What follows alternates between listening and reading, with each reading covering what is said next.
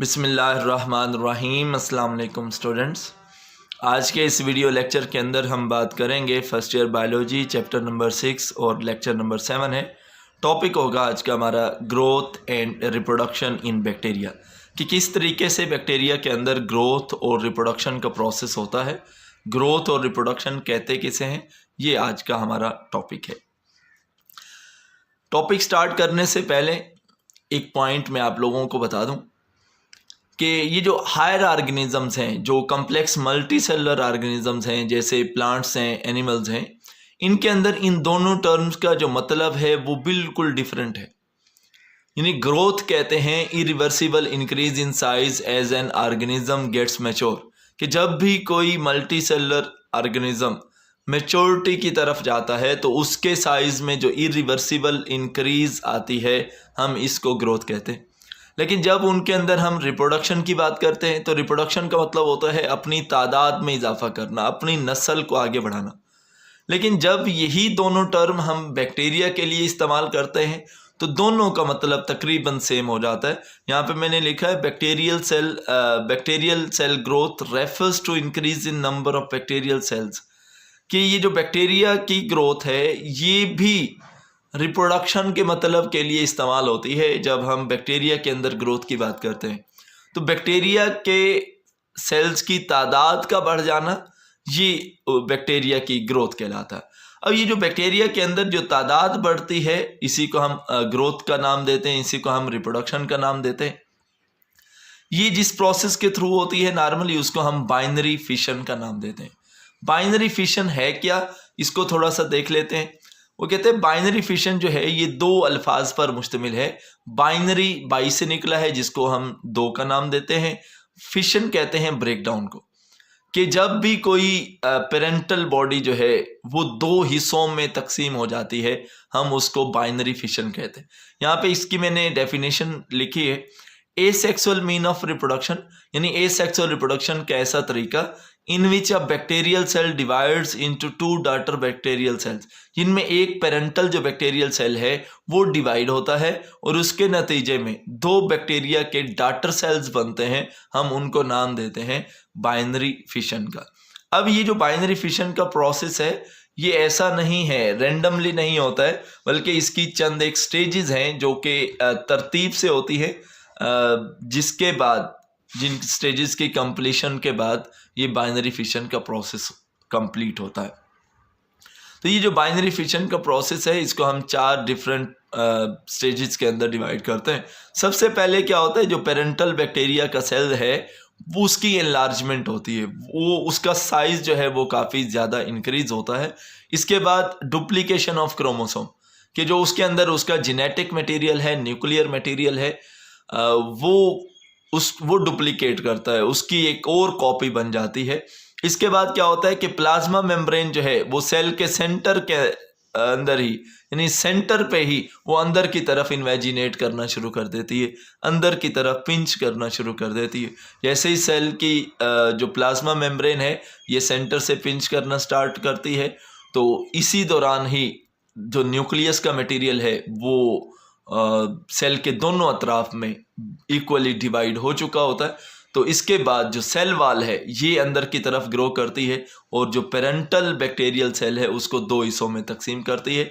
मैंने इसको यहाँ पे कुछ डायग्राम के थ्रू यहाँ पे एक्सप्लेन किया है, आप देख सकते हैं। ये एक बैक्टीरिया का सेल है, ये उसका क्रोमोसोम है, ये उसकी सेल वाल है, और ये बैक्टीरिया के जो पेरेंटल सेल है वो आपको दिखाया गया है। अब सबसे पहले इसका साइज़ जो है वो इंक्रीज़ होता है। साइज़ इंक्रीज़ होने के बाद जो इसका ये क्रोमोसोम है इसकी डुप्लीकेशन होती है, तो आपको ये दो कॉपीज़ नज़र आ रही हैं क्रोमोसोम की। और जब ये दो कॉपीज़ बन जाती हैं तो सेल मेम्ब्रेन जो है जिसको हम प्लाज्मा मेम्ब्रेन कहते हैं ये बिल्कुल एंड सेंटर पे ही ये अंदर की तरफ इन्वेजिनेट करना स्टार्ट कर देती है, अंदर की तरफ पिंच करना स्टार्ट कर देती है।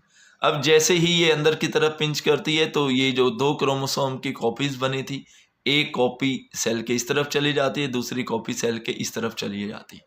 तो जब ये दोनों कॉपीज़ जो हैं वो इक्वली डिवाइड हो जाती हैं तो फिर क्या होता है कि जो सेल वाल है वो भी अंदर की तरफ पिंच करती है, अंदर की तरफ इन्वेट करती है, और ये जो एक पेरेंटल बैक्टीरियल सेल था उसको 2 डॉटर सेल्स के अंदर डिवाइड कर देती है। ये था प्रोसेस जिसके थ्रू एक बैक्टीरियल सेल जो है वो 2 डॉटर सेल के अंदर चेंज होता है। ये एक सीक्वेंस के साथ एक अमल होता है, एसेक्सुअल रिप्रोडक्शन जिसको हम कहते हैं, और इस मखसूस अमल को हम बाइनरी फिशन का भी नाम देते हैं। इसके बाद जब बैक्टीरिया ने अपनी तादाद और इंक्रीज़ करनी होती है, अपनी तादाद के अंदर और ज़्यादा जो है वो इंक्रीज़ लानी होती है, तो फिर वही जो इवेंट्स हैं, यही जो स्टेजेस हमने पढ़ी हैं, ये बार बार डॉटर सेल्स के अंदर रिपीट होती हैं और फिर वही डॉटर सेल जो हैं वो फर्दर डिवाइड होते हैं, जिससे बैक्टीरिया के जो सेल की जो पॉपुलेशन है उसमें इंक्रीज़ आती है। अब जैसे ही बैक्टीरिया के एक सेल के अंदर डिवीजन कंप्लीट हो जाती है, तो उसके बाद जो डॉटर सेल बनते हैं वो ग्रो करते हैं और उनके अंदर अपने अपने जो यूनिक फीचर्स हैं, उनकी अपनी जो खसूसियात हैं वो डेवलप होना स्टार्ट हो जाती। इसके बाद एक बहुत ही इम्पोर्टेंट टर्म इस्तेमाल की गई है आप के इस टॉपिक के अंदर, जिसको हम जनरेशन टाइम का नाम देते हैं। जनरेशन टाइम कहते हैं the interval between bacterial cell birth until the completion of its division, कि बैक्टीरिया सेल की बर्थ से लेकर यानी उसके पैदाइश से लेकर उसकी डिवीजन के कंप्लीट होने तक, वो जो उस सेल की जो टाइम पीरियड है, जो उसका इंटरवल है बर्थ से लेकर सेल की डिवीजन के कंप्लीट होने तक का जो दौरानिया है, इसको हम जनरेशन टाइम का नाम देते हैं। इसके बाद ये तो था हमारे पास बाइनरी फिशन के हवाले से। अब थोड़ा सा बात करते हैं स्टेजेस ऑफ ग्रोथ के हवाले से, कि ये जो बैक्टीरियल सेल के अंदर जो ग्रोथ होती है, जिसके बाद बैक्टीरिया का जो सेल है वो अपने अंदर यूनिक फीचर्स को अडॉप्ट करता है। अब वो जो ग्रोथ का प्रोसेस है वो कितने मराहिल पर मुश्तमिल है। तो बैक्टीरियल सेल की जो ग्रोथ है वो 4 डिफरेंट फेजेस के थ्रू होती है। पहली फेज़ जिसको हम लैग फेज़ कहते हैं, सेकंड लॉग फेज़ है, थर्ड फेज़ जो है वो स्टेशनरी फेज़ कहलाती है, चौथी फेज़ को हम नाम देते हैं डेथ या डिक्लाइन फेज़ का। तो पहले बात कर लेते हैं लैग फेज़ के हवाले से कि ये लैग फेज़ क्या है। ये बैक्टीरियल ग्रोथ के अंदर ऐसी फेज़ है जो सबसे पहली है। तो बैक्टीरिया का जो सेल है उसकी ग्रोथ में ये पहली फेज़ है। इसके अंदर कोई ग्रोथ नहीं होती, बल्कि इस फेज़ के अंदर बैक्टीरिया का जो सेल है वो अपने आप को डिवीजन के लिए तैयार करता है।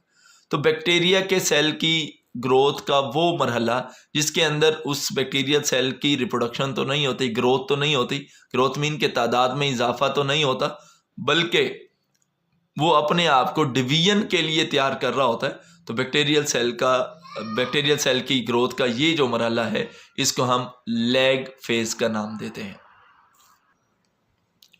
इसके बाद जो दूसरा मरहला है इसको हम लॉग फेज़ का नाम देते हैं। इसके अंदर रैपिड ग्रोथ होती है कि बैक्टीरिया का जो सेल है वो काफ़ी तेज़ी से जो है वो डिवाइड होता है और उससे काफ़ी ज़्यादा जो उस बैक्टीरिया के जो डॉटर सेल्स हैं वो बनते हैं।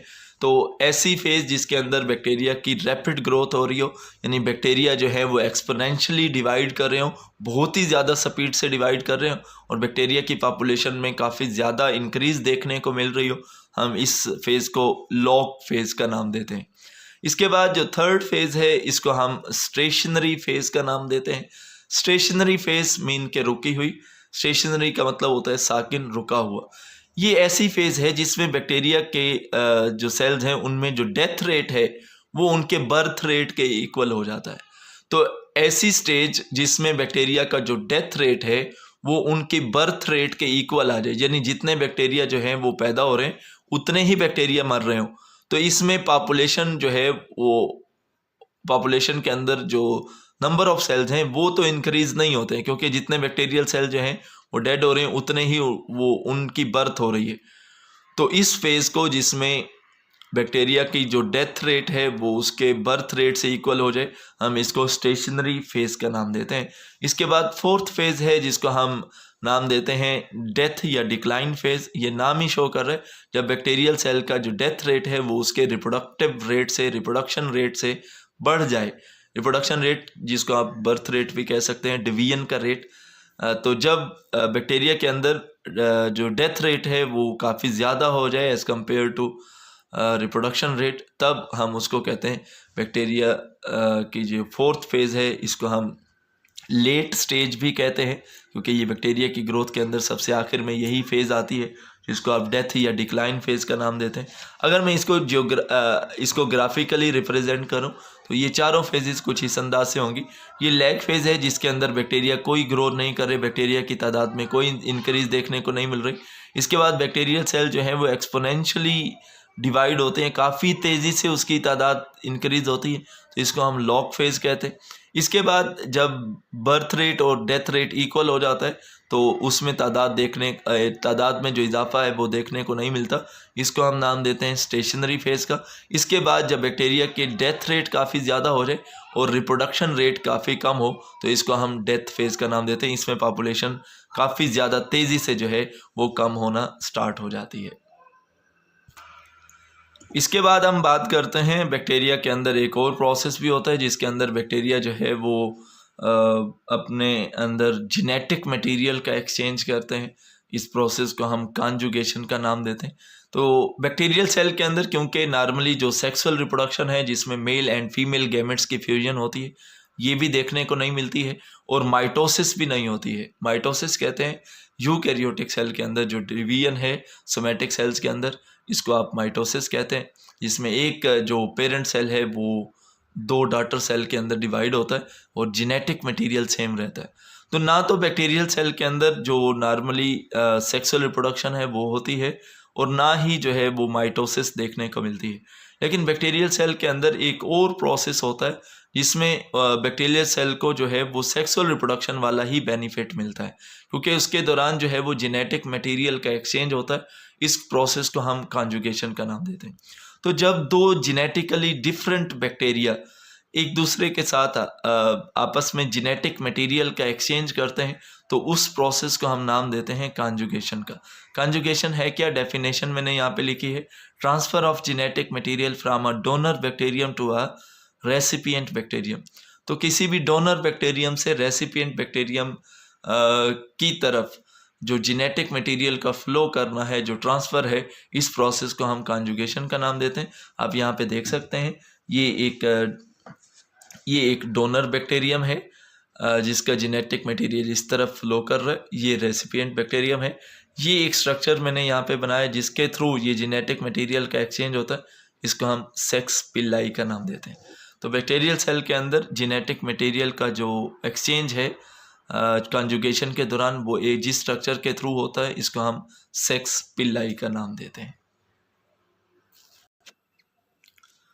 इसके बाद मैंने यहाँ पे सेक्स पिलाई की डेफिनेशन लिखी है कि conjugating bacteria use specialize structure to transfer the genetic material, कि वो बैक्टीरिया जो कॉन्जुगेटिंग होंगे, जो कॉन्जुगेशन के प्रोसेस में इन्वॉल्व होंगे, जिनमें एक डोनर होगा एक रेसिपिएंट होगा, वो जेनेटिक मटेरियल के एक्सचेंज के लिए वो जो स्ट्रक्चर स्पेसिफाइड स्ट्रक्चर जो इस्तेमाल करेंगे इसको हम नाम देते हैं सेक्स पिलाई का।